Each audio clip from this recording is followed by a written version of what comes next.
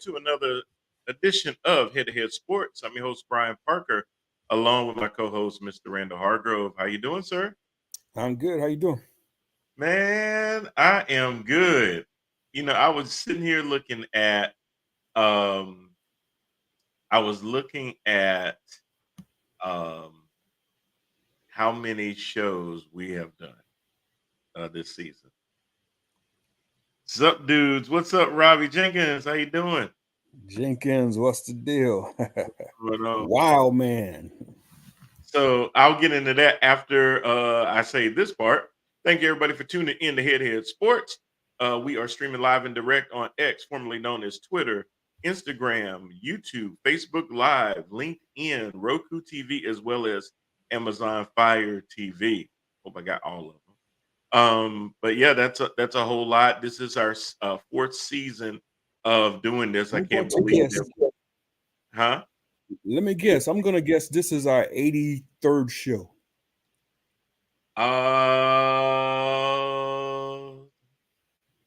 Oh God, no. No, sirree. We do an average of 26 shows a season, believe it or not. So yeah, right. Right. So in the first three seasons, we had already done I think 82. Something like that. I have to go back and look. I know this season. God almighty, I man. know, bro. I know. Exactly. That's a lot. Already this year we would have done 25, but we missed 1 week. So we've done 24 shows. So this will be number 25, and then we'll have number 26 next week. So we do an average of 26 Wow. shows, 26 shows a season, and this is going to be the completion of the fourth season. So you're looking at well over 104 shows in the That's first 4 years. crazy. Yeah, that's pretty nuts. That's pretty nuts. So, and the great news, season 5 of Head to Head Sports has been officially renewed for next season. So, the power ups and the executives have already determined that the show has definitely been a success, and we will definitely be looking for bigger and better things for the next season. But before we get into the next season, we still got a little game in front of us called Super Bowl 58 to take care of Yes, sir. between the Kansas City Chiefs and between Taylor Swift's Kansas City Chiefs and the San Francisco 49ers, who doesn't have a multi-talented billionaire superstar headlining their team. We also will have one of the best to ever do it at halftime, no other than Ursher Raymond and his anticipated halftime show. So it'll be interesting. We'll get into that as well. We also had some more coaching changes. We had talked about on the last show that the Commanders were the last team to not have a head coach, and they figured that out right after the show. So we have that to get into as well. But Rand, where you want to go with this first? And listen, it's a football show, but I got to get this off my chest. Tar Heels. How in the living hell do you lose to Georgia Tech? You come back and you impose your will on Duke. Thank you. I appreciate it. And then you lose to Clemson. Man, I'm going to chalk this up as a lack of focus. These boys were looking ahead to Duke, and that's why they dropped the one to Georgia Tech. And then they were celebrating too hard after Duke, and that's why they dropped Clemson. They better get it together before March. Don't make no sense. Y'all played up for the big game. I appreciate that. I really do. Oh, trust me. I was loving every minute of that. But the two sandwiched on the front and the back don't make no sense to me. Consistency, guys. Consistency. No. Please. You're killing me. You're killing me. Anyway, I'm sorry. I know this is an NFL show, but everybody know I'm a Tar Heels fan, and that just wasn't right. It wasn't right. It hurts. It hurts. Where do I want to go? You had mentioned where I wanted to go a little bit. I want to go with some of these crazy bets that I'm seeing out here. Did you know Mm. that you could bet right now Mm-hmm. on the first song that Usher is going to do at halftime? No. Yes. And you it's, could also place a it's gotta bet be, yeah. on what he's going to close with. That's gonna be You could interesting. also place a bet on the length of the Star Spangled Banner. Do we know who's doing it? I Who's singing? don't. I don't. I I don't. have to look it up. But I think the over under is 3 minutes right now. Somebody gonna turn it into their own rendition. Yeah. So yeah, these Super Bowl bets get pretty wild, man. That's now. Well, my bet on his opening song is definitely yeah. I think he's gonna Think he's start gonna out. open with yeah? Yeah, I think he's gonna start out with yeah. I think because I think he's gonna. He said that he's wanting to do an homage to artists of the past, and he really, and anybody doesn't know, Usher is from Atlanta, and he really wants to represent Atlanta all the time and everything he does, which as he should. I hope Usher includes Lil Jon and Ludacris in this part. You know, you might see them pop up and do that part. That would be iconic for them to do that. Oh, I'm Um, sure you'll see them. Yeah. yeah, I mean, I'm sure he'll be on his roller skates doing other things too. I'm sure that's gonna come. Fran, I really thought when you were gonna talk about Usher coming out every single year, and you know this, folks, folks get into their feelings. He said, "Yeah." Yeah. Every year, Yeah. okay. Folks get into their feelings about the Super Bowl halftime show and the performers that they choose. Yeah. First and foremost, let me say this because I don't think people fully ever understand this. The performers for the halftime show do not get paid. No. They foot the bill for whatever performance they put on. The NFL doesn't do anything. And people would say, well, why in the hell would you do that? Well, if you look the day after a halftime show, that performer's streaming on Spotify has gone through the roof. Hell yeah. It never fails.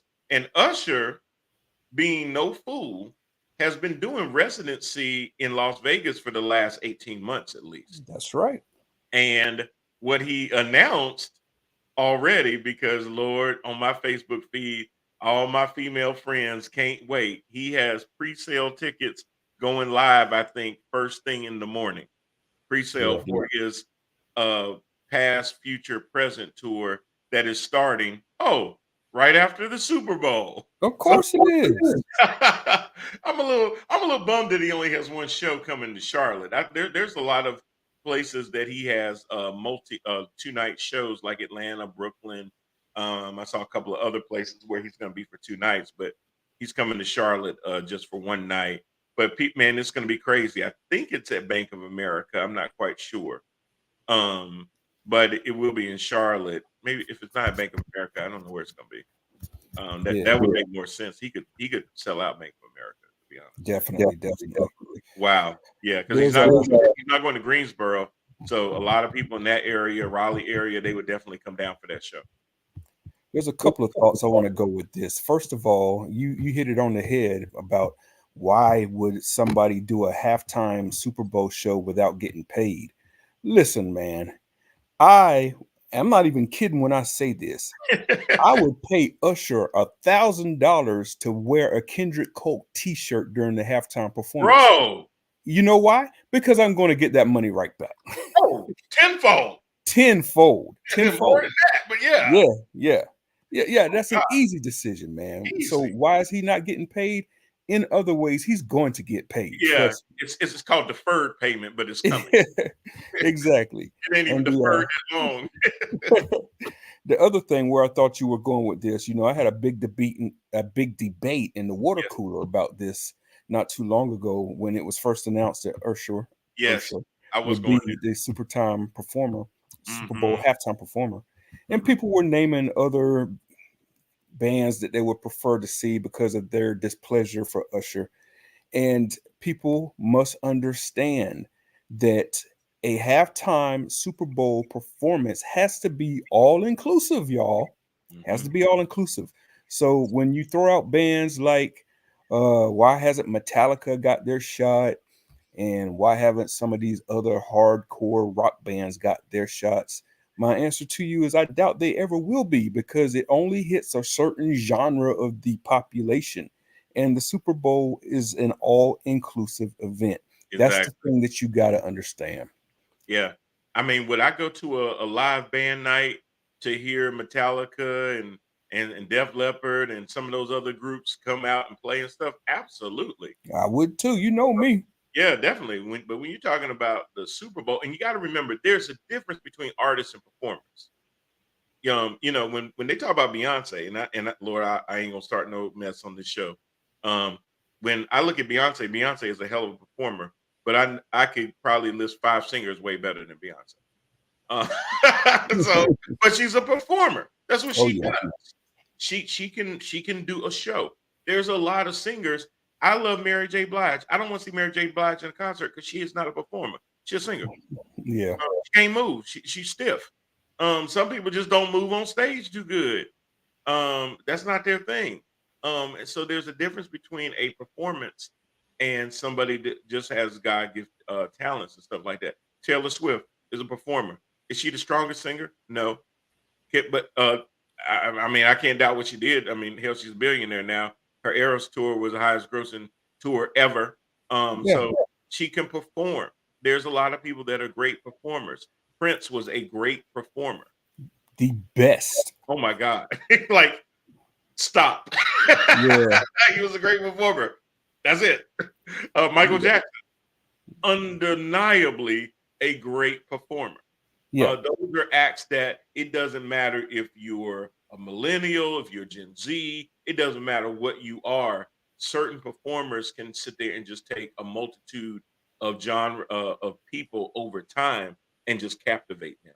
And in order to do that as well, you must have a collection of hits that Yeah, have been number ones or top fives, something super popular, not only to one genre of music, but to the world. Like, exactly. somebody had mentioned they would like to see the Wu-Tang Clan do a Super Bowl halftime performance. Well, hell, I would too. But I don't think all of America's going to appreciate that. They And won't. yeah, they're not at all. And the Wu-Tang Clan does not have the overall hits that's going to fill up a 20-minute segment of a Super Bowl I, halftime I, show. I So mean, you're right, because Usher's dilemma is trying to figure out which hits he gonna have to pull, not even do. yes, he has over 20 years of it, and that's Yeah, why one of the reasons that he's been chosen. yeah. That's the other reason. You got to remember, somebody's not putting on a full performance of just a handful of songs. They may go 15 minutes, but they may go through 8 to 10 songs of theirs that they've done that were Easily. hits, that easily recognizable. This ain't your time to sit there and put that B-side track that you've been wanting to No, put sir. out there. These are No, sir. all these are all slamming jams that when people start hearing the first couple of notes, they hear that first bass line, whatever it is, they already there with you. You don't have to get them ready. They ready to go. So you don't have to Yes. prime them and lead them into your hits and stuff. It's got to be hit, hit, hit, hit, hit, all in a row. All you Yep. trying to figure out is how to arrange them and blend them together. And if you got special guests coming and wardrobe considerations, how you gonna factor all of that into it. But no song that you gonna do is gonna be one where people gonna go, I don't remember that song. No. Ain't Yeah. nobody gonna say that. I No. promise. The Super Bowl does not want its audience to turn away for not even 20 minutes Nope, nope. while these artists are on stage doing a performance. They want all eyes on, Mhm. because after that 20-minute segment or that 15-minute segment, however long they get, before and after are a bunch of commercials that these sponsors have paid for, and these sponsors want eyes on their commercials Robbie and their Jenkins product. says Prince was the best halftime show, hands down. Dude had me almost crying. Absolutely. And thank you for saying that, Robbie. There's only been one time in the whole history of the Super Bowl. We're talking about over 50 Super Bowl games, right? There's only been one Super Bowl where it actually rained at, and it was the one Prince played halftime. Mm-hmm. Yeah. God loves Purple Rain. God loves. Right. Yeah. Right. What's up, Ryan Young? How you doing, sir? What's up, Ryan, Ryan? what's going on? Yeah, absolutely. Now, we're sitting there and we always laugh at the prices of these tickets. I heard that these tickets were going for up to $8,000, $9,000.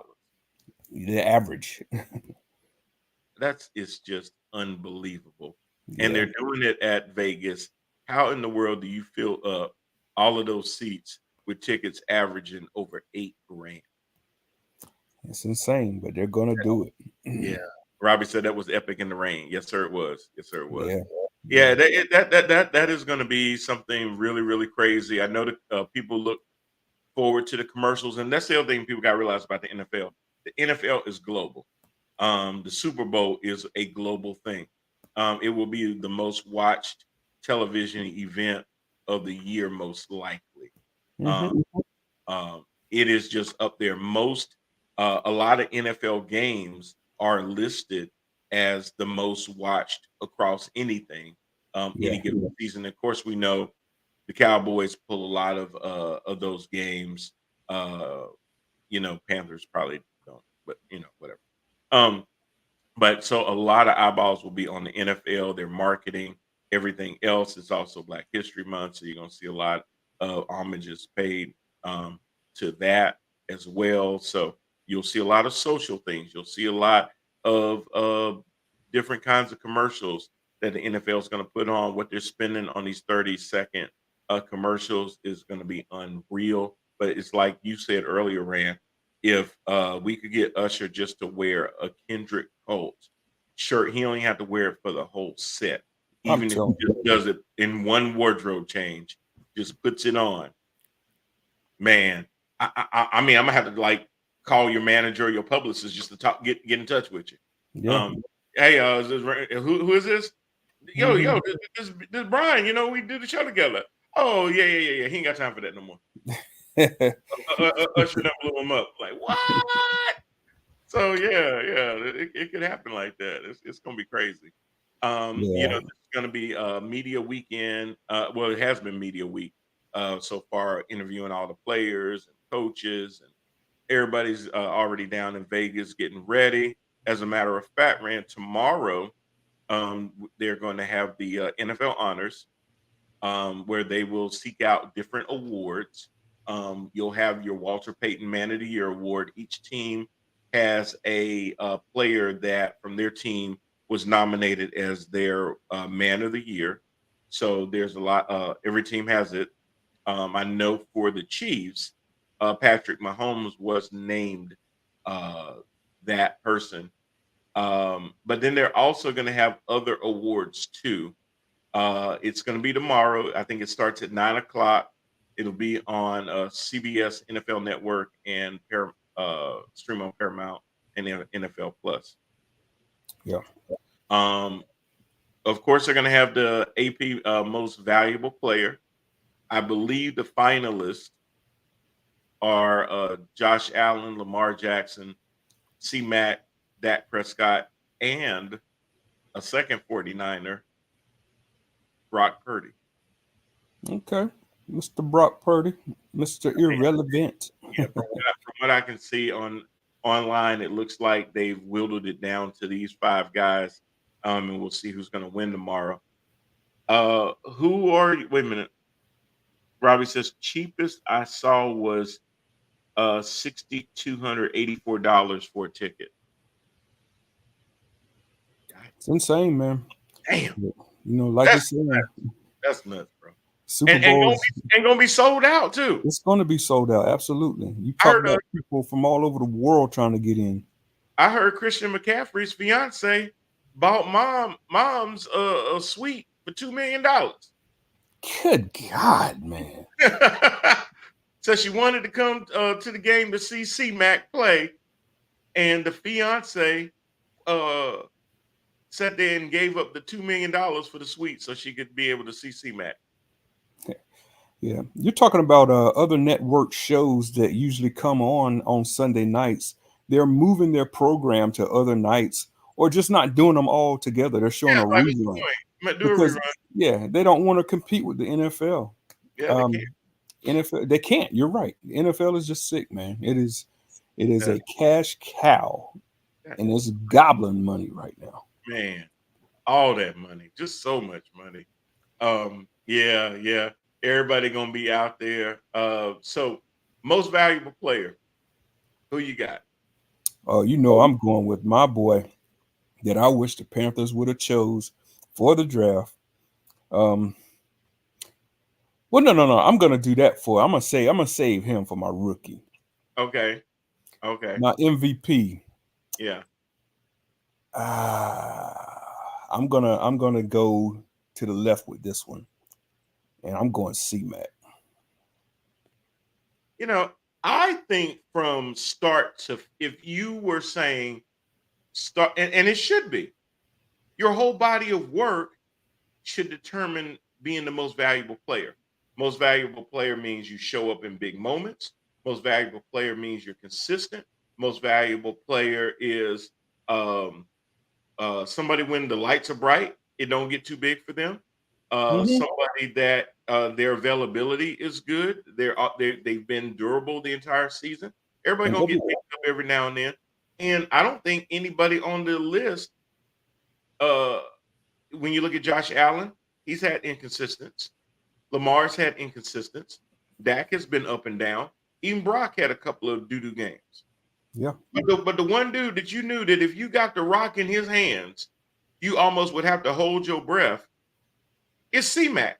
I remember C-Mac getting bottled up behind the line of scrimmage, somehow squirting out and running down the field for 60, 70 yards for a damn touchdown. yeah. The games that he plays and the games where he's not in the Hey, John, lineup are substantially different. They're different. yeah, And ever since he's got to San Francisco, I mean, they've just hit another notch. absolutely. Um, San Francisco is still playing while 30 other teams are home right now, mainly because of him and his efforts, man. So Yeah. Now, it is a award that is normally given to a quarterback, yeah, and I know. he's the only non-quarterback on this list. I don't even know how Josh Allen got on the list. I'm sorry. He was all right most of the year. He had some games where, yeah, he was hard to get down. He led the team in rushing. He was spectacular, but he's also had some hiccups too. Lamar, same way. The things that made Lamar, in my opinion, um, worthy of the MVP were the things that he wasn't supposed to have to worry about doing as much because they allegedly upgraded the team. So he was still having to do a lot of those things. Now, did he pass a lot better from the pocket? Yes. Did he have to start using his legs a lot more? Yes. Um, I just didn't see the consistency from Lamar that I saw from C-Mac, and I see that Robbie says he'll say C-Mac as well. I will agree with C-Mac should get it, but I think who will get it is Lamar. To get it simply because they don't stretch out the finish line for this thing far enough, if that makes any They sense. don't. No, they don't. Um, Because I so think it's determined before the end of the before the playoffs begin. yeah, and you know how Lamar has done in the playoffs, man. Mhm. And he turned around, he turned in one good game, then turned in another trash game. Um, Yeah. and I don't know, man. It's just with me until Lamar can show good performances in the playoffs, I can't I can't sign up for voting for him for MVP. I And don't like to do that. you know, I struggled with that all year long. Even when their record was just like, Brian, how are you not giving the Ravens their flowers? And I'm just like, just wait, just wait. He's kind of like Dak Prescott. Dak Yeah, does like well all year long, and then the playoffs, he's a different animal. turns into a turd. Yeah, Absolutely, it's like the clock strikes midnight and he goes back to being the pumpkin. You can count on it like clockwork. Robbie says Allen still can't beat the Chiefs, so he's out. bro. I agree with you. Absolutely, He absolutely. cannot get over that hump. He's like Michael Jordan trying to beat the Pistons back in the daggone late Every time he sees 80s. Lambeer and Vinny Johnson and Isaiah and all them guys, he's like and Dumars, he's like, Just yeah, can't get over the hump, man. But he eventually did. So we'll see what Allen does next year. I know we're saying that every year, but yeah. And we really thought with the coming on of Miami and what was supposed to happen with the Jets that the Bills may not even have been the best team in their division anymore. That window may have closed, depending on how the Jets rebound next year. And if Miami can figure out how to perform outside of Miami, um, uh, that may again be the issue. We'll even have to see how the Patriots do year one without Bill Belichick as they move forward to see what they do in that division. So, Josh Allen, I mean, as good as you are, I mean, hell, I remember when Michael Jordan was winning scoring championship after scoring championship every year, and it never translated to the playoffs or playoff success. So the individual accolades are good, but are you making the players around you greater? Or are you padding your own stats?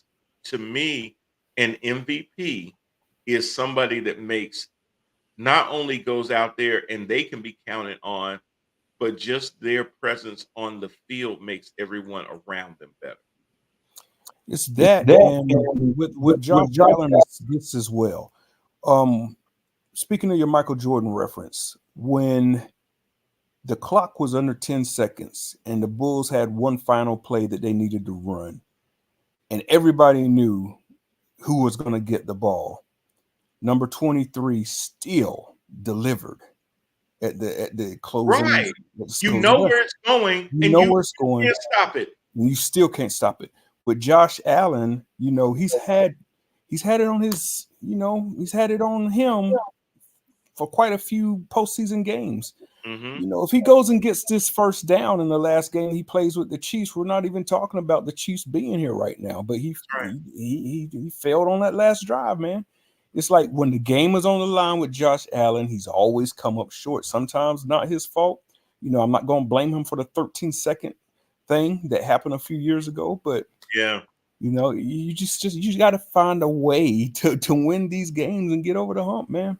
Exactly. That's what it comes down to. I mean, Yeah. yeah. I mean, he's not the only player on the field, but a lot of times it's your your presence, it's your composure. It can be a lot of things other than the whether you can thread a needle through double coverage, whether you can extend the play with your legs. There's so many other parts of your leadership that will come through in those moments that if you were just a guy, um, people aren't going to look at you the same way when you're in the huddle. Hey, Everybody's looking. Brian, give me a second. I'll be right Okay. back, brother. So while Rand comes back, how do y'all feel about the MVP? Should it just be limited to quarterbacks? Why are quarterbacks the only ones that can make that much of a difference on the team? Now, some people will say, well, Brian, it's obviously because quarterbacks, unless you're running Wildcat, touch the ball on every single play. Other than the center, the quarterback touches the ball every single play. But when you look at a player like Brock Purdy, nobody's going to say he's the MVP of his team, even though he's getting some MVP consideration. Because what makes Brock Purdy special is the fact that he has Christian McCaffrey, Debo Samuel, George Kittle, uh, Brandon Ayuk. He has those guys that all he needs to be able to do is play within himself, get those guys the ball where they need to get the ball. If it's C-Mac, it doesn't always have to be in the backfield. It could actually be split. If it's Ayuk, uh, you're throwing him open. You're not throwing him when he breaks. You're throwing him right when he needs it. It's Kittle coming across the middle for a nice slant route. It's going to be Debo Samuel, whether it's an end around play, whether it's getting him out in space, those kind of things. So being able to get those guys the ball where they can do the most damage to the opposing team, is what makes Brock Purdy's job in life a whole lot easier. Now, yes, he has to be proficient at that, but he's really getting it into the hands of guys that are very, very special with the ball in their hands. What's going on, Mr. Anthony Price? He says Cup should have won, but that's last year. C-Mac uh, should have won it this year. In other words, it's a quarterback award. It absolutely is. Robbie says MVP should be given to a player that has made an impact for that team, not as an individual. And you're absolutely right, 100%. You guys will always hear me use the term force multiplier, because I look for that. Again, with my Michael Jordan reference, Michael used to be able to score 60 points in the game and they could lose the game. So his play did not impact his team. His play impacted his stats. If you're going to be a stat filler, that's fine, as long as you're known as a stat filler. Another player in the NBA that I would compare that to for most of his career, Carmelo Anthony. He was a stat filler. Carmelo's going to get his. You always hear, he going to get his, he going to get his. But does it make the team better? When I think about a Josh Allen, does his play elevate his team, or does his play most of the time elevate his own stats? When I think about Dak Prescott, Dak can throw all over the field, get yards after yards after yards. Does it help his team win in those situations that he needs most? Same thing with Lamar Jackson. Man, Lamar ran for 120 yards. He only threw for 218. Did it elevate the team? No. So when I'm looking at an MVP, it's somebody that takes that team on their back. They do their part, but then they elevate their team. How many times did John Paxson or Steve Kerr benefit from Michael being on the field? Because if the defense sucked in on Michael as he was driving and he kicked it out, he knew where Paxson was. He knew where Steve Kerr was. He knew where Craig Hodges was. He knew where B.J. Armstrong was. He knew how to make that extra pass and get those guys open. Sometimes the best player actually became the decoy, and it was the other guys that burned you because he caused every eyeball on the court to focus on him so much, it made the other guys' job in life a whole lot easier when they weren't sitting there watching too much too. Sometimes they would get into what, let me see what Mike gonna do. Oh, he threw me the ball. Oh shoot, let me shoot it real quick. So that you had to be ready with him because you think he's about to do something and he's kicking the ball out to you, and you got to be ready and don't Yep. miss. Don't miss. Yep. And that is part of an MVP, man. A most valuable player for a team. And in order to do that, I'll use the Baltimore Ravens quarterback as an example here. I'm sure he has earned the right to call an audible, right? Yep. After all these years of being the quarterback and the captain for the team.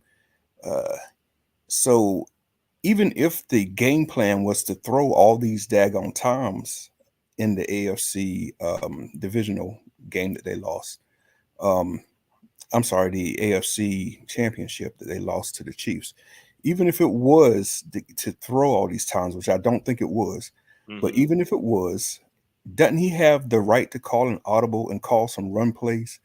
Yeah. Get his running backs more involved than what they were, get his running backs more carries than only 6, uh, use his running backs to even throw some screens to him coming out the backfield. It's like he was saying, sometimes you want to use these guys as decoys, but other times you're actually going to have to lean on them in order to make everybody better and to go out and get more than 10 points in a daggone championship game where you playing at home and have only scored Yeah. 10 to one other team all year long.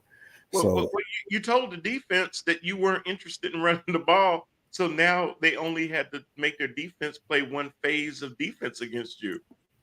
That was it. You yeah, communicated to them, we have no intention of running the ball this game.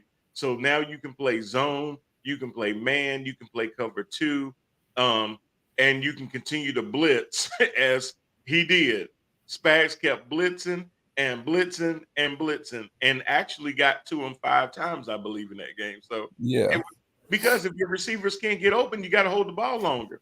And because then they had a spy following you around, you couldn't just sit there and start sprinting out all over the place. So they had the perfect game plan once you showed them that you had no interest in running the ball. Anthony says that Dennis Rodman made MJ's job easier. And he says, I don't think Lamar has full control. Well, I'm sorry. If I just sat there and paid you that much money, I think you probably do have more control than you. I mean, hell, you held him you held him up all damn summer trying to get your money. You got to have some kind of control. Yeah, I know he's got maybe not full control, but I know that they give him the right to call an audible. He got an audible. Yeah, I know he has the right to call an audible. He ain't no rookie. So if he's out there and he's got a pass play in the pocket, but he sees the defense is laying back or that the defensive ends are going to come around just looking to pass rush, I'm sure he has the right to call an audible to stick a run play up in there more often than 6 times out of a whole game. Exactly. That's the point. Exactly. Or to be able to get back with his OC and go, hey, they're giving us the run. Even if we use the pass to set up the run, that's what play action does. A lot of those things. Does that mean that he didn't know how to read defense fully? I don't think it means that he doesn't know how to read a defense fully. I mean, I don't think he's the best at it. That's just my honest opinion. But it just states that in order to win these games, you got to get everybody else involved. Part of being an MVP is making everybody on the team better, elevating everybody, not just going out there to go get yours. And when you see that you're only completing about 50% of your daggone passes as the game is going on, but it's still a tight game, maybe you need to switch up the game plan a little bit. Oh, absolutely. Absolutely. So we looked at the most valuable player. The defensive player of the year, the finalists seem to be Deron Bland from the Cowboys, Max Crosby from the Raiders, Myles Garrett, of course, from the Cleveland Dukies, Micah Parsons from the Cowboys, and none other than TJ Watt from what team is that? That would be them 6-time Super Bowl winners, baby. Absolutely. Yeah. I would be foolish to say who you got on this one. You know who I got. And Anthony says TJ Watt should win. Anthony, I will agree with that wholeheartedly, not because Rand is on the show, but because TJ, we talked about this before. When TJ Watt is out for whatever reason, injury or whatever, that defense identity is totally different. He changes the complexity of that defense and what other teams are able to do. He basically, when he's out there on the field as part of that defense, he really dictates what the other team is going to do today. He is as important as Kenny Pickett. Yep. He is definitely the quarterback of that defense and has been for quite some time. So not only is it like an outlier that he would be the defensive player of the year, but he is consistently on top of that. I am surprised that Bosa didn't get into this to make it a little bit interesting. I don't think Micah Parsons had quite the impact this year for the Cowboys as he had in his first 2 years or so. I think it was more of a letdown year. Myles Garrett is Mr. Consistent with the doo-doos. I don't have a problem with that one. I only have a problem with Deron Bland or Max Crosby.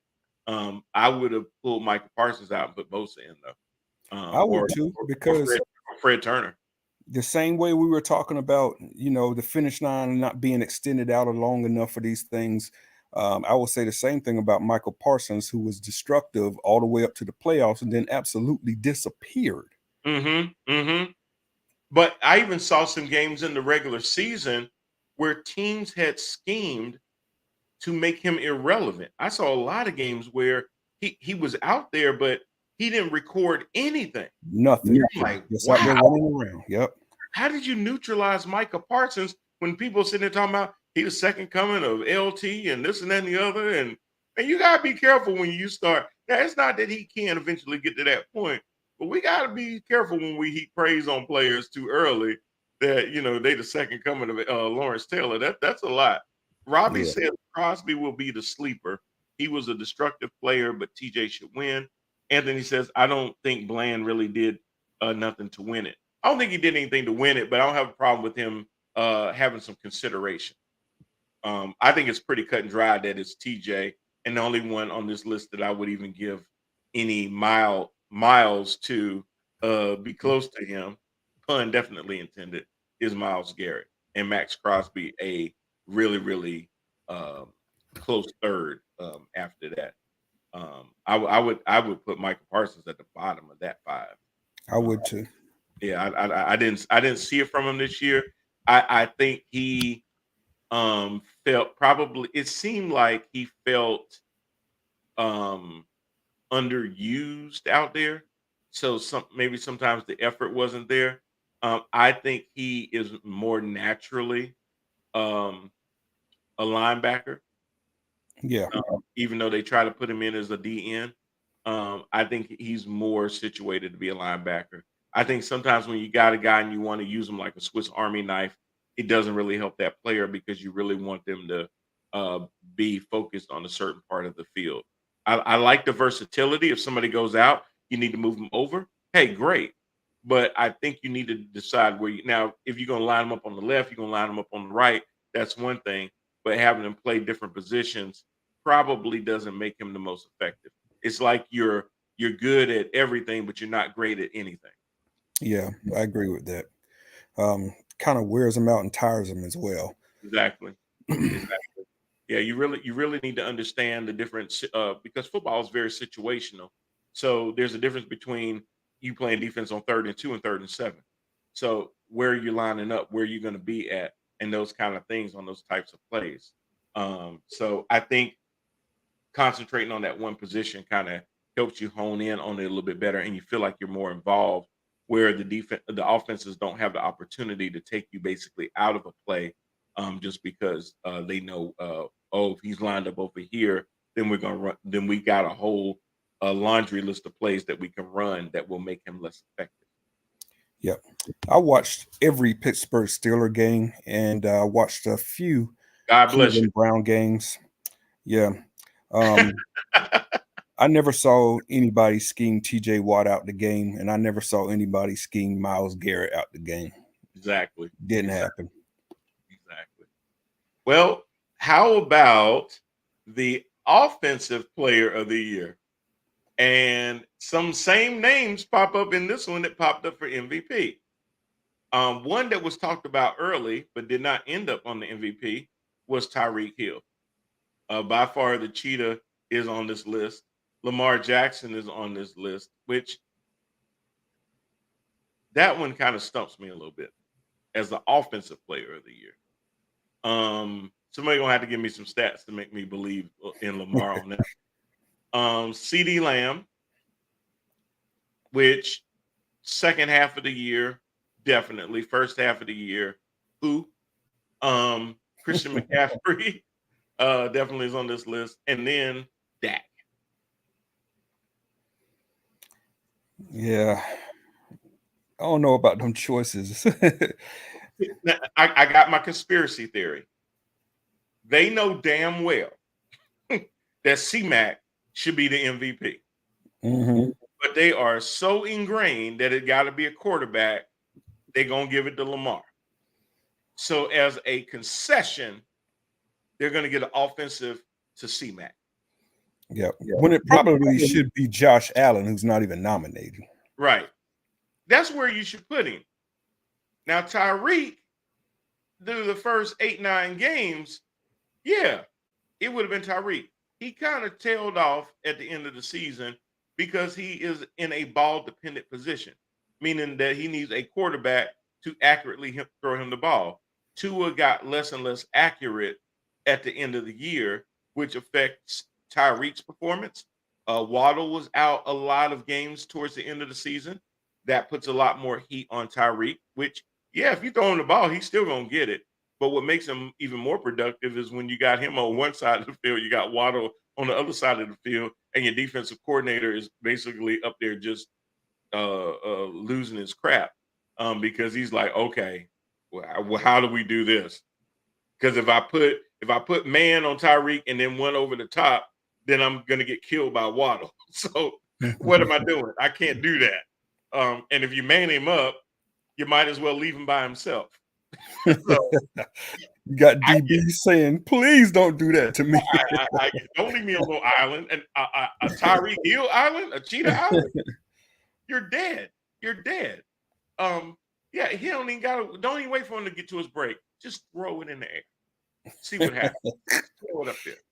Yeah. So Tyreek definitely. Lamar, somebody gonna have to tell me what Lamar did to make me think he had the offensive player of the year. I don't know, man. It's like, The hell did he if do? I recall right, Josh Allen was responsible for more touchdowns than anybody. So how is he not even nominated? That's what I'm saying. I don't get that. And am I missing something? I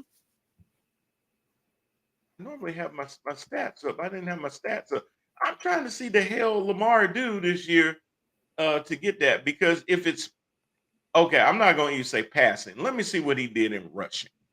Maybe he ran for a whole lot of yards that I'm not aware of. Maybe that's what it is. Lamar Jackson, 821 yards. And he only ran for 5 touchdowns. Okay. 821 yards. I mean, yeah, he around Devin Singletary, Chuba Hubbard at 902. Gus Edwards had 810. Josh Jacobs had 805. So he only had a few more yards than Josh Jacobs. Josh Jacobs ran for 6 touchdowns. He ran for 5. Gus Edwards ran for 13 touchdowns. Jamar Gibbs ran for 10 touchdowns. Travis Etienne ran for 11. Mostert ran for 18. Kyron Williams ran for 12, and he was on IR for 4 games. Mac ran for 14 and almost 1,500 yards. I'm just trying to figure out what the hell Lamar did. I ain't trying to down the guy. I'm just trying to figure out if you're gonna give him the offensive. I'm trying to figure out what he did in passing. He wasn't even in the top 10. He was actually number 1, 2, 3, 4, 5, 6, 7, 8, 9, 10, 11, 12, 13, 14, 15. He was 15th in passing behind Sam Howell, Derek Carr, Jalen Hurts, Baker Mayfield, Mayfield.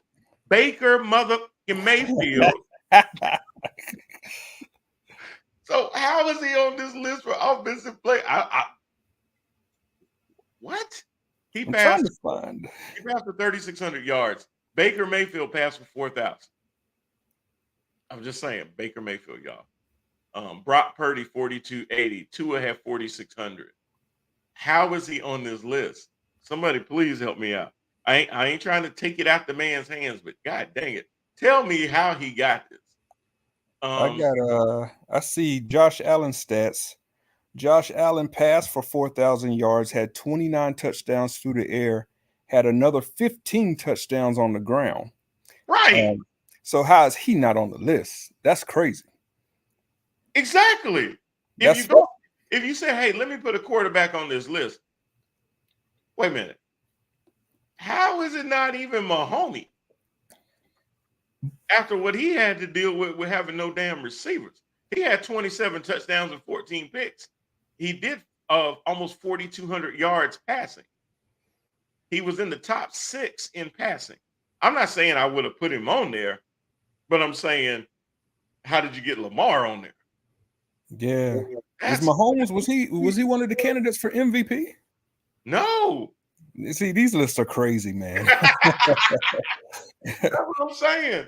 No, he was not. Like, okay, you don't have Mahomes for MVP. You don't have him for Offensive Player of the Year, which I have no problem with that. But then how do you sneak Lamar Jackson on there? Anthony says, please don't say Lamar getting the credit for Offensive Player or MVP just because of the team record. Yes.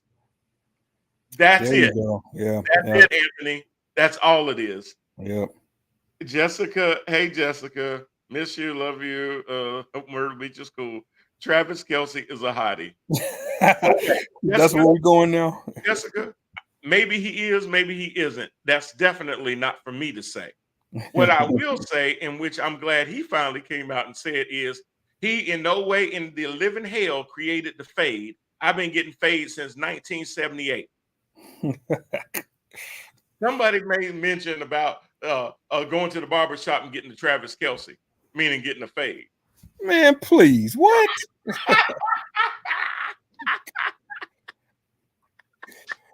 Oh, mercy. Look, y'all stop stealing stuff from us. We will not stand for this happening in the month of February. Stop I'll, it. I'll be damned if I got to go to the barber shop and start going, yo, hook me up with that Kelsey. You want it low on the top? You know it. Oh my God.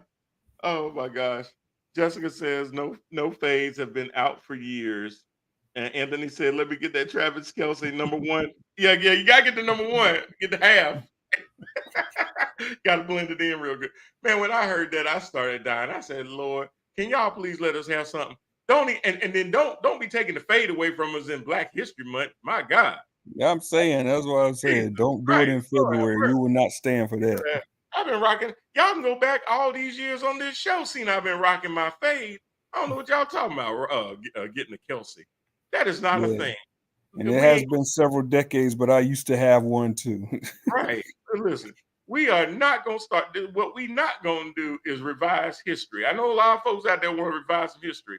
We will put our foot down on the fade. We ain't giving the fade to y'all. I'm sorry. Y'all done got everything else. You ain't getting the fade. My God. I saw that, Rand. I just said, oh my gosh, I know I'm not reading this right. But Travis actually had to come out and say, I did not come out with the fade. Now, anybody in Compton and Crenshaw probably had that like, well, really? Nobody was really surprised by that, other than probably a handful of white people.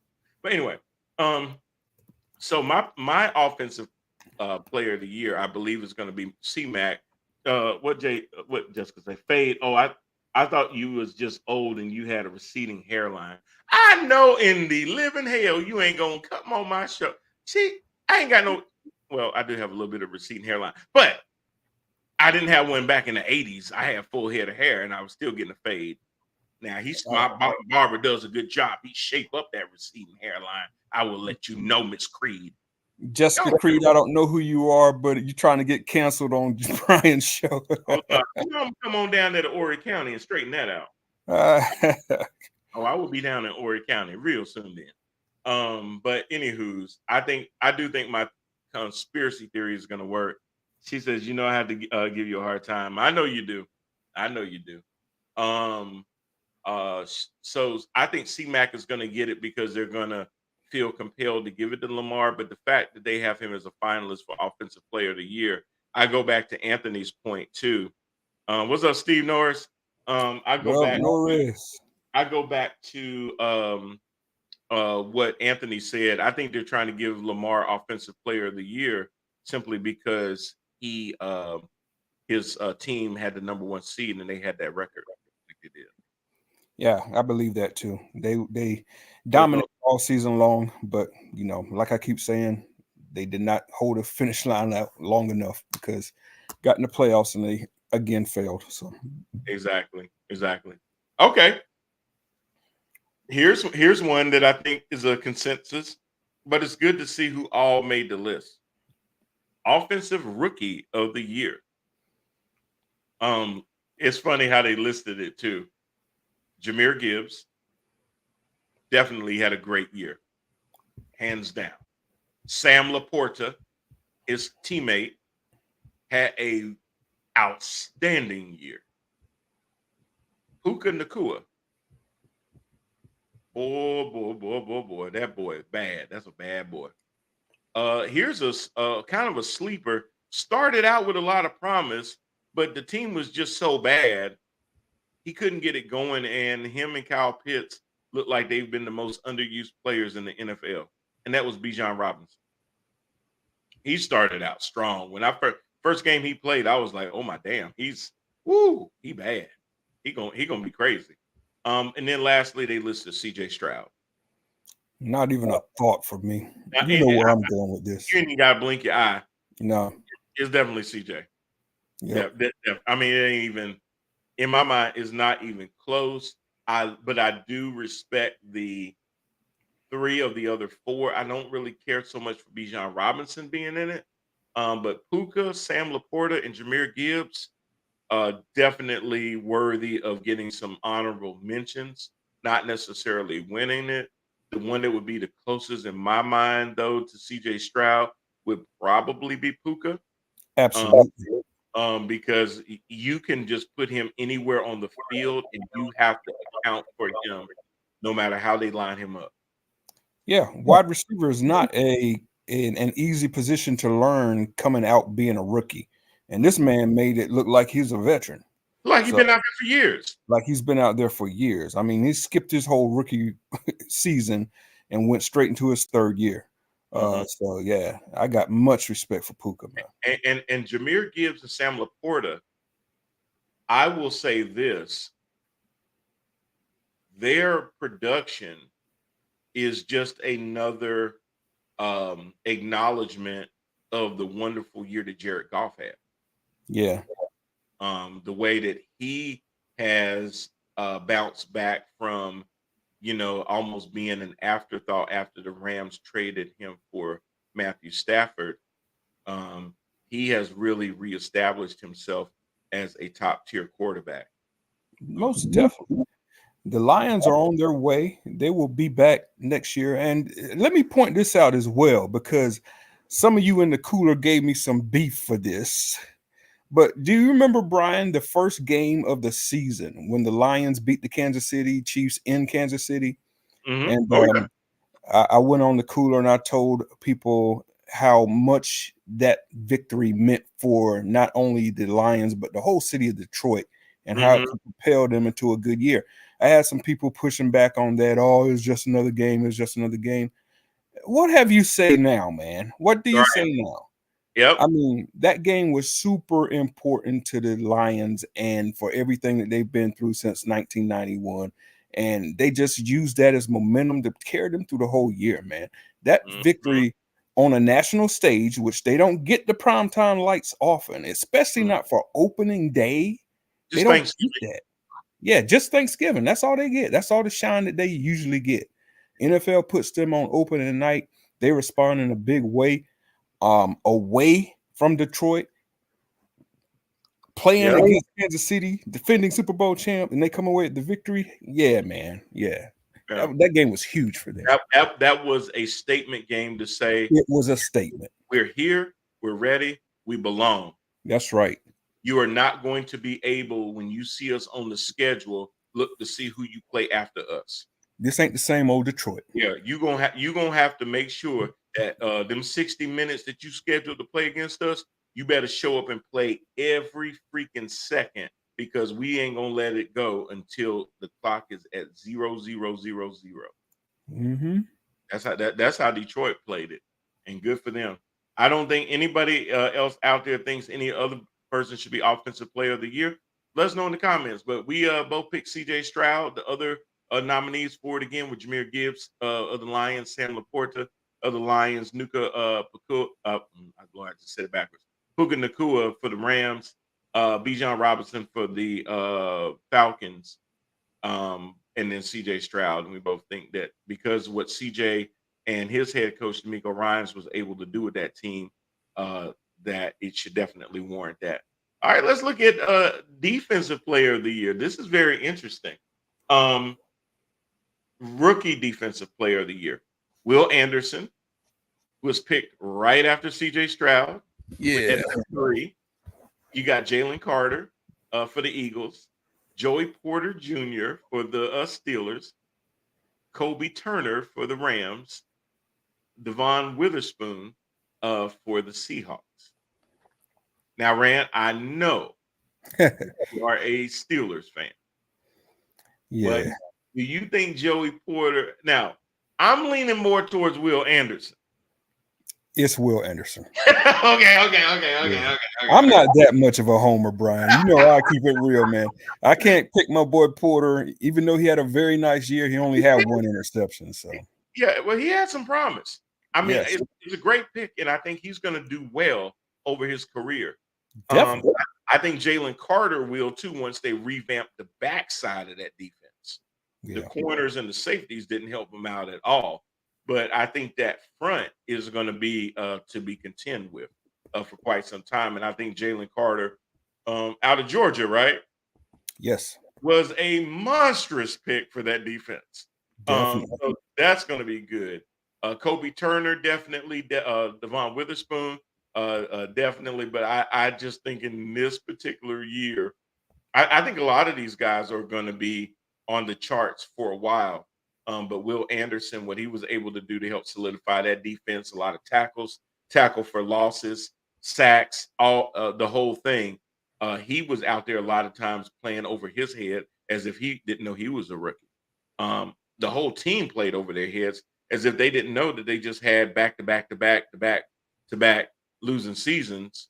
Got rid of their best massage therapist, and they weren't supposed to be able to do all of that stuff. I mean, my God, people can't put their hands on you no more. I'm just saying.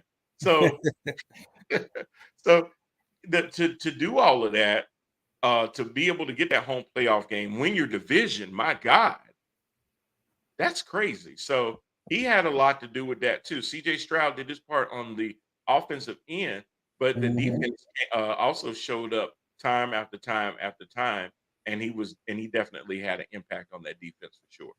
That's what you call one hell of a solid draft when you could draft somebody on the offense and then turn around, draft somebody on the defense and have them Right. both play great years. Hmm. Hmm. And again, they both were drafted in the first round, top five. Yeah. A lot of expectations for you to play early and soon, and for you to be productive. And they both check all those boxes. Yes, they So did.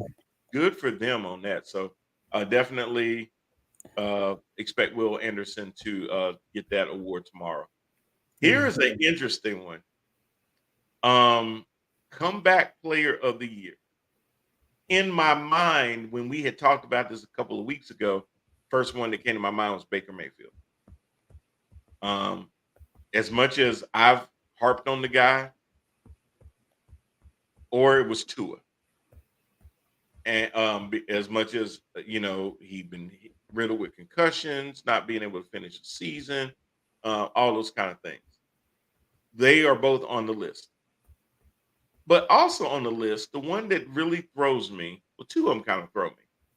The one that I didn't think about is one that I totally now agree with. Joe freaking Flacco. Yeah. Flacco, 38 Yeah. years old, was an emergency player for the Jets, I believe. Hadn't played any games meaningful. Comes to the Cleveland Browns when Masagi goes down, and all he does is just throw touchdown after touchdown after damn touchdown, propelling this team uh, into a winning record in the AFC North that had all four teams had a winning record. Yeah, all four. Yeah, that's crazy. Yeah. That's First time in crazy. history. Yep. I mean, and they did it off of like you had said to me before. If somebody had told you that the Browns were going to the playoffs, you would think Deshaun Watson was the quarterback, and he wasn't. It Nah. was Flacco. It was freaking Joe Flacco. So look, Joe Flacco. I'm glad he got some consideration for it. I still think it's going to more than likely end up being Baker because the league, for some reason, wants to see Baker succeed. I got a conspiracy theory about that. It's just like even water cooler fans want to see Baker succeed. And honestly, I kept waiting for the shoe to drop, and it never did. Um, Todd Bowles definitely had a game plan for Baker. It was executed well. He did not really let off, and yes, we did say that Baker is dependent on a lot of things around him to be good. And even though that is true, he still got to make the most of it and do what he's supposed to do with it. So he did Yeah. do it. The good news with that, I'm going to give Baker's turnaround. I'm going to give it the credit to Canales, and the Carolina Panthers now have Canales. Okay. Hopefully, Canales can lay some of that magic on one Bus Young, because we need that. We need some of that magic in Carolina. Absolutely. Absolutely. Whatever it is, though, I mean, he had to step up and perform, and he really did. The two that I'm a little shocked by, I get the symbolism, but they kind of have to let it go. And I'm not trying to be funny. Damar Hamlin is on this list. Damar Hamlin, even before he got hurt, was not like considered an outstanding safety. Yeah. He just got his notoriety because he almost died on the field, which is not a little thing to overcome. I do get that, and being able to come back from that injury and play meaningful minutes, make the roster, all that kind of stuff. Not trying to gloss over that at all. Coming back from that is extraordinary. The comeback player of the year for me, a lot of times is, and I guess somebody could say, well, Brian, you thought Alex, oh God, what's the name? Smith. Smith, when he got hurt and had to go through them 17 surgeries to come back, you were all for him winning that. Yeah, I was. I mean, because his injury was so football related, DeMar got hit at a wonky time that caused his heart to stop. And that's not a crazy thing. I mean, that's not a.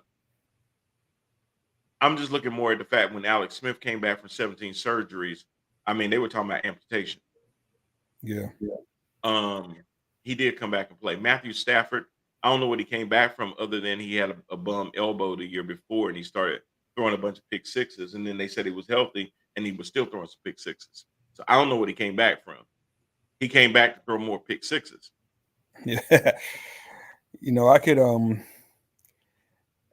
I feel like it should be Baker that wins this, but I can already see Hamlin walking across that stage to the podium to a standing ovation and a Tears big and all. teary-eyed video screen replay of Don't get me everything wrong. that happened. I could It's, already see it. I could it's already good see it. TV. It's good Yeah, TV. it's good TV. But I don't want it to be that. But I know that's what's going to happen. Yeah, Some yeah, of these things are just productions because the storyline. Oh exactly. my God. He laid flat, motionless for minutes till the Yeah, paramedics came out and rushed out on him. And then you hear that music in the background. yeah, exactly. And I'm not trying to downplay it either, but it's kind of like American Idol, man. A lot of the people on American Idol, it's not the most talented that makes the final rounds. It's not the most Storyline. talented that gets on TV and makes the final cuts.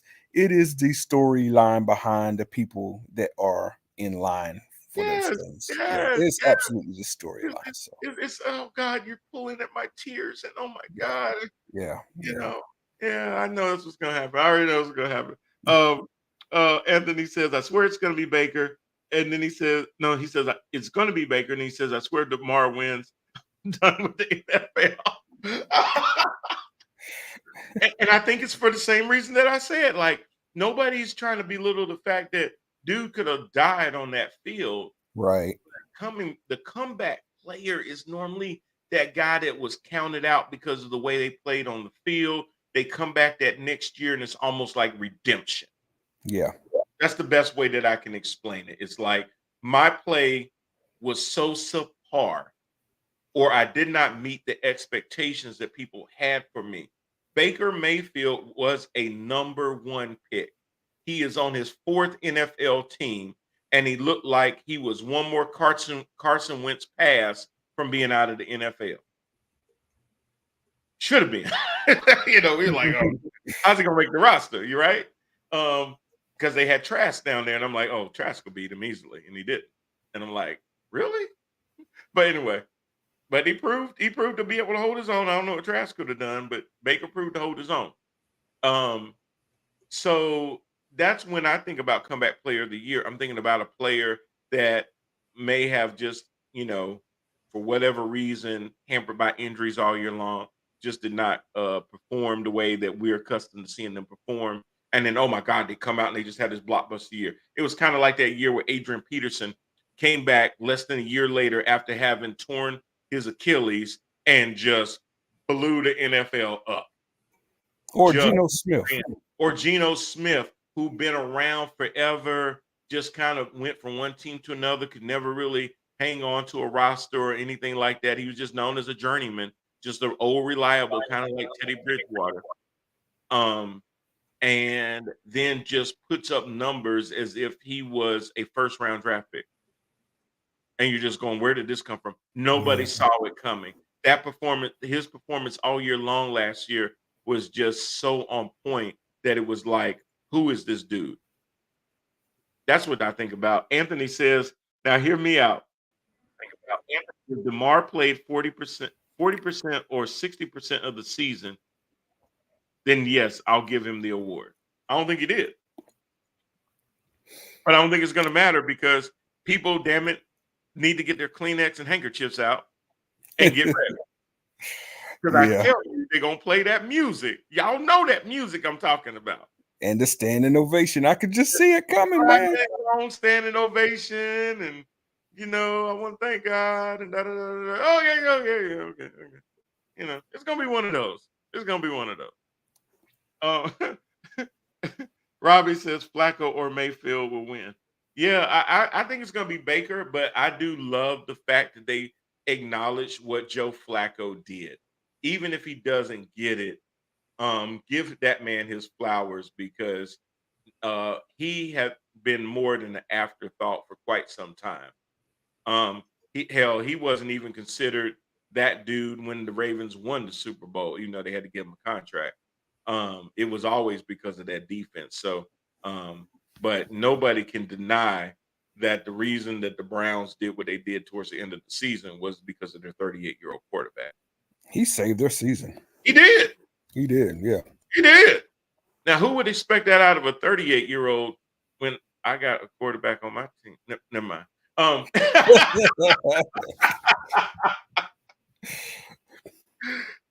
God, I don't want to go down that road.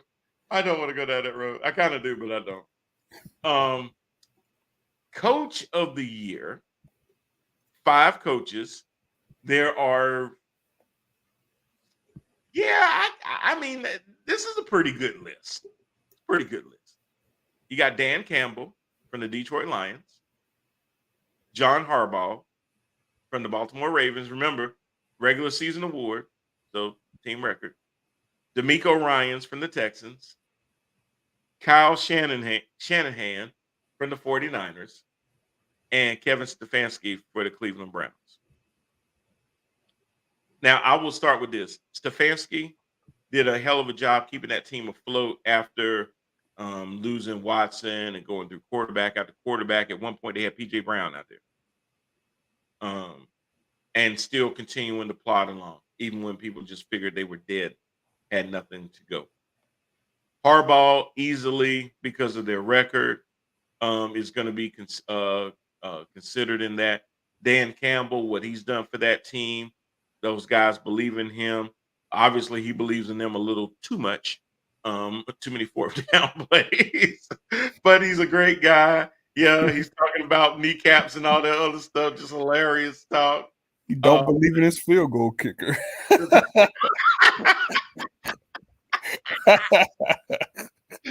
is true. Get the points, bro. Get the points.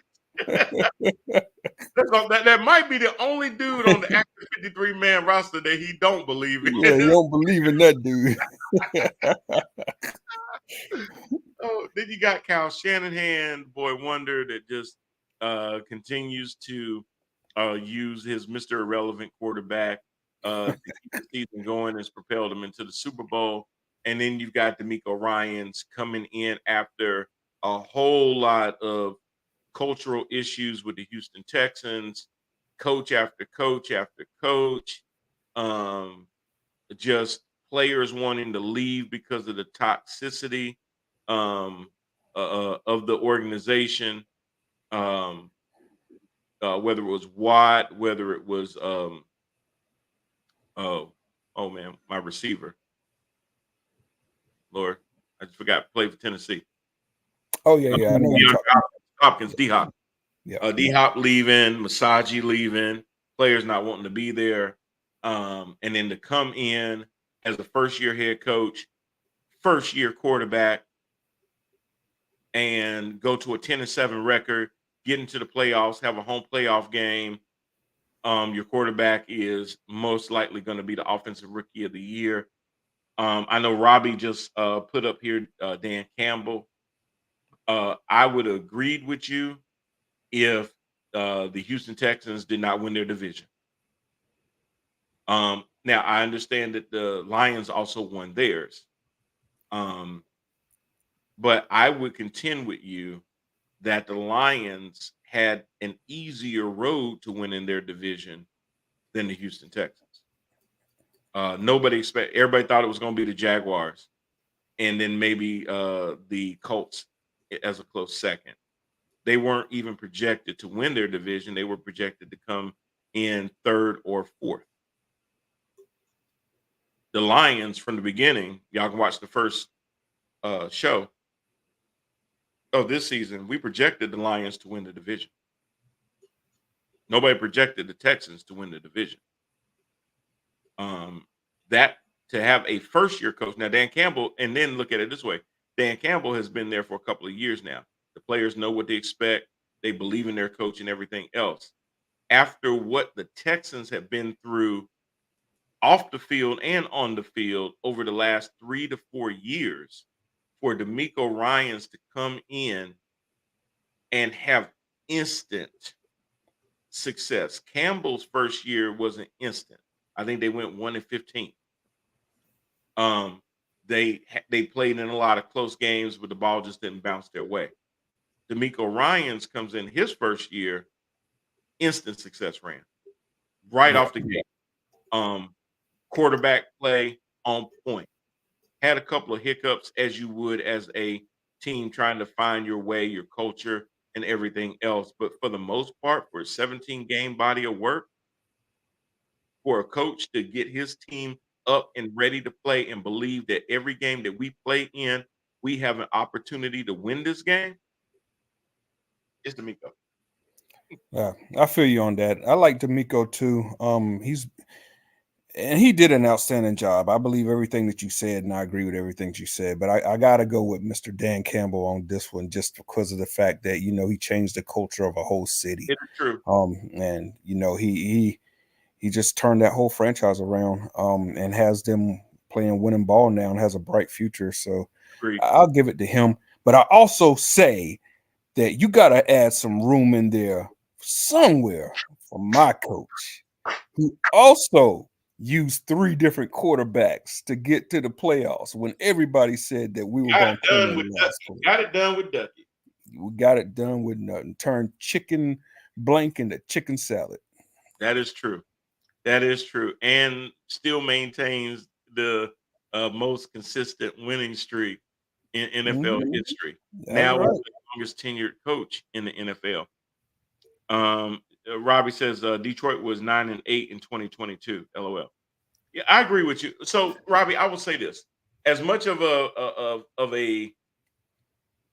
case that I put up for DeMeco, if it's Dan Campbell, I wouldn't be upset at all.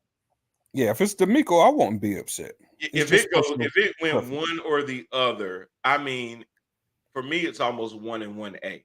Yeah, and that's not really to try to split the baby on that, but honestly, for different reasons, they both would be deserving. That's why I'm not really mad about this list. I can get with this list over that whole offensive player of the year bull crap. definitely. These coaches here all deserve to be on the list, even if they're more honorable mentions than they are. Hey, this is going to be the guy with the clear cut. He said, hell, both are deserving. I totally agree. Like, I would not be upset if it was one or the other. If it was somebody other than Campbell or Ryans, then I might start feeling some kind of way. Yeah. But in yeah, the AFC South, the whole talk prior to the AFC South, well, prior to the season, was all about the Jacksonville Jaguars. Bingo. They were automatically written in as division Mhm. winners, and even some had them going to the championship game. Right. The Yeah, Texans and the Titans were fighting for 3 and 4 yeah, yeah. because the whole idea was that Richardson was going to come in for Indianapolis and get those boys going. And even though they didn't have him for most of the season, they were still playing some good ball at the end. Mhm. With Uncle Rico, so they were doing good. But the Texans and the Titans have pretty much been written off because Tannehill's days with the Titans are we'll see how that goes. Derrick Henry may not be brought back. We'll see in March if they bring him back. He may have played his last game as a Titan. So Tennessee was already going down. We were just wanting to see Houston play some competent, capable football. That was the expectation. Win 6 games, win 7 games. Yeah, That was that all. was all that was expected. You never really see a rookie coach, rookie quarterback combination hardly even break 500, Hell no. And then win your division? and they won the whole division and a Damn. playoff game. So yeah, Damn. yeah, What? Yeah, yeah, that's what I'm saying. I mean, he's doing that in his first year. yeah, Campbell been building this. yeah. And you can kind of see over the years, even the games that they lost, you were like, man, they were just this one play away from winning that game. And you could see it. You could see it even when it wasn't showing up in the win record. And I kept saying for a couple of years now, and y'all gotta watch out for Detroit. Watch out for Detroit. They doing something up there. And they finally came together. And they actually did pretty well. I don't know too much about the assistant coach of the year. Um, I'm they gonna go Bobby Slowick with that one. Bobby Slowick's the yeah, well, he's the offensive coordinator for the Houston Texans. He is on this mhm, list. Very yep, good call. yep. Uh, there are. It's kind of funny. Out of the 5 assistant coaches, um, 4 of them are in the AFC. I'm sorry, 3 of them are in the AFC North. 2 on the Ravens. Mike McDonald, defensive coordinator. Yeah, probably about right. Todd Monken, I forgot all about him, offensive coordinator for the Baltimore Ravens. For regular season, yes. Game planning in the playoffs, hell no. No, You overthought that whole game, Monken.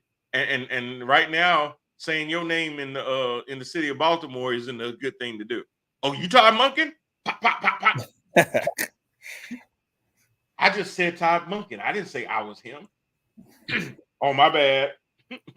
Yeah, you might get hurt like that. Some brass knuckles coming your way. Ben Johnson, Detroit Lions offensive coordinator. So those are the guys that are in the running for that. So we'll definitely see how that goes. So those are the nominees. Y'all let us know how what y'all think about those particular ones. Let us know who you got for the Super Bowl. We got 2 minutes. Rand, who do you have between these San Francisco 49ers and the Taylor Swift Chiefs? Robbie Jenkins, close your ears. Oh my damn. Uh-oh. Really? Yeah. So me and Robbie are on Mount Primetime. He's a Okay. game ahead of me, and I swore to God that he would never even catch me up on Mount Primetime. Not only has he caught me, now he's a game ahead of me. So I have to have this game in order to end up in a tie with Robbie. He's cracking up. So I'm not even gonna give my pick because he's on right now. I can't do it. Robbie, you type me who you think is gonna win this game, and then I'll give you my opinion afterwards. Oh my gosh. Okay. All right. He says, yes, I love it. Um, this game, in my opinion, is going to come down to defense. Um, and for all the people that love watching the Super Bowl, I hate to say that. It could go both ways, though. It could become a shootout, or it could be a low scoring game. I don't. I'm going to give you a 20-17 score. That's a low scoring game. Um, I'm going to give the edge to the San Francisco 49ers. Last minute decision, he says. So basically saying, I ain't saying till the last Yeah. minute. So I'm going the opposite of whoever he picks. I think that San Francisco has more firepower. by far. Um, Actually, you know what? I'm gonna have to revise this. I don't think it's gonna be 20-17 because now I'm talking myself into a 34-17 game. Woo! You taking a whooping. Yeah, I think 49ers gonna beat the hell out of these guys. Woo! Because Strong. because you're giving Kyle Shanahan 2 weeks to prepare his best plays with Ayuk, Kittle, Samuel, and C-Mac. Robbie says 24-20. I wouldn't be surprised because that'll mean that Kansas City got some much needed stops. They kept them out of field position. They played a field position game, meaning you punt it, you don't go on fourth and whatever. You pin them back into the backfield and you limit their opportunities. Unless Pacheco can really shake loose, Pacheco's runs will set up Kelsey's catches. If Pacheco and Edwards-Helaire don't get loose, whether catching balls out of the backfield or straight runs up the middle, and you're dependent on the vertical game where you gotta count on MVS, you gotta count on Kelsey to extend plays, to move the chains on third down, that could be a recipe for disaster. I think the front four of the San Francisco 49ers is just way too good to play into that. I think you're going to see some trick plays from San Francisco using Debo Samuel and Brandon Ayuk. You're going to see C-Mac mix it up a little bit. They have no answer for Christian McCaffrey. As long as Brock Purdy doesn't let the moment get too big for him and start throwing a bunch of interceptions and a pick six, then I think that Kansas City is going to end up trading field goals for touchdowns, and that's not going to work out for them. So, good call, Brian. 34-7. What I'll say about that, yes, Robbie, key factor will be coaching strategy. You're right about that too. So of course I gotta wait to give my pick because Robbie ain't gonna give his.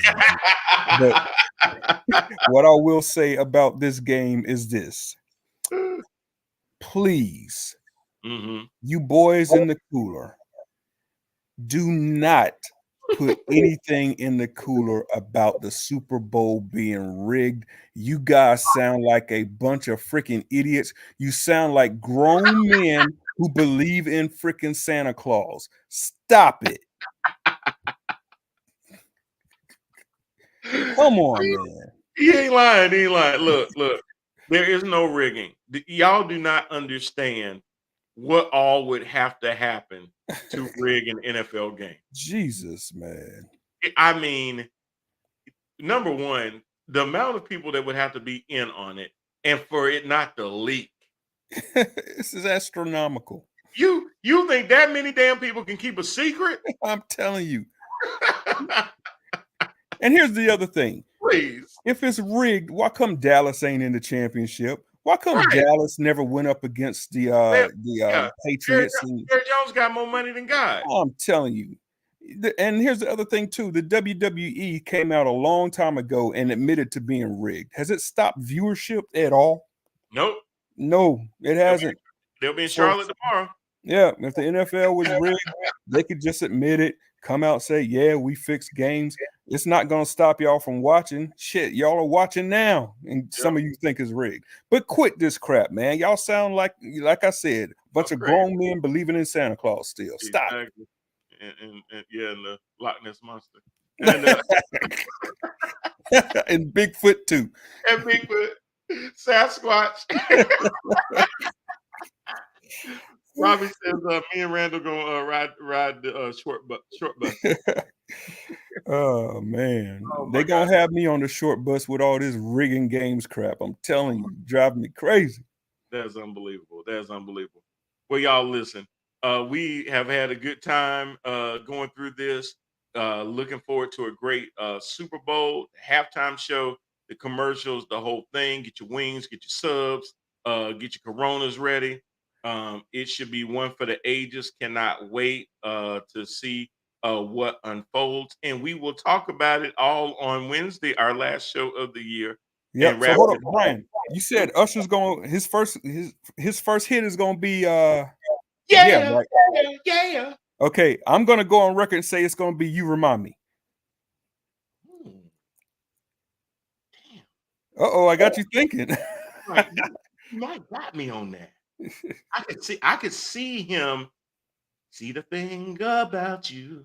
Oh yeah, I could see him doing that. Oh God. Happy We'll Super see. Bowl to you, Robert. Yeah, I could see that. We'll see. We'll Okay. see. Okay. I And can I see have him closing with yeah, but we'll see.